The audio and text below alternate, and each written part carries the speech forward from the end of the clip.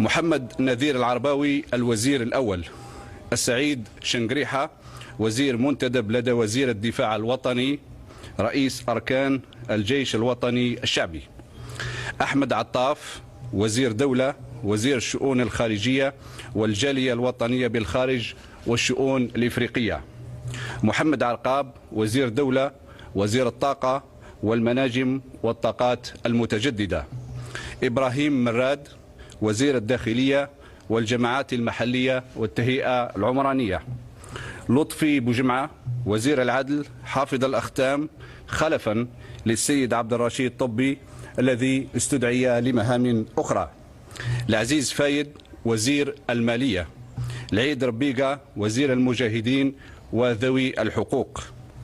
يوسف بالمهدي وزير الشؤون الدينية والأوقاف. كمال بداري وزير التعليم العالي والبحث العلمي. محمد صغير سعداوي وزير التربية الوطنية. ياسين المهدي وليد وزير التكوين والتعليم المهنيين. زهير بللو وزير الثقافة والفنون. مصطفى حيداوي وزير الشباب مكلف بالمجلس الأعلى للشباب. وليد صادي وزير الرياضة. سيد علي زروقي وزير البريد والمواصلات السلكية واللاسلكية. سوريا مولوجي وزيرة التضامن الوطني والأسرة وقضايا المرأة. سيفي غريب وزير الصناعة. يوسف شرفة وزير الفلاحة والتنمية الريفية والصيد البحري. محمد طارق بالعريبي وزير السكن والعمران والمدينة. محمد بخاري وزير التجارة الخارجية وترقية الصادرات. الطيب زيتوني وزير التجارة الداخلية وضبط السوق الوطنية. محمد مزيان وزير الاتصال. الأخضر رخروخ وزير الأشغال العمومية والمنشآت القاعدية. طاهر دربال وزير الموارد المائية. سعيد سعيود وزير النقل خلفا للسيد محمد الحبيب زهانة الذي استدعي لمهام أخرى. حورية مداحي وزيرة السياحة والحرف التقليدية.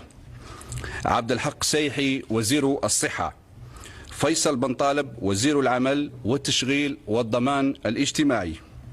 كوثر كريكو وزيرة العلاقات مع البرلمان. نجية جلالي وزيرة البيئة وجودة الحياة. نور الدين وضاح وزير الاقتصاد المعرفة والمؤسسات الناشئة والمؤسسات المصغرة. فؤاد حاجي وزير منتدب لدى وزير الصناعة مكلف بالإنتاج الصيدلاني.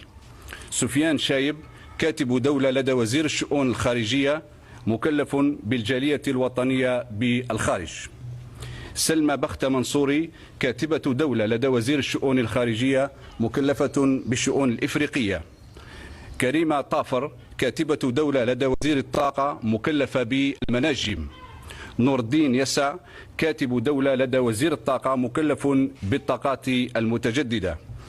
أخيرا يحيى بخاري أمين عام للحكومة.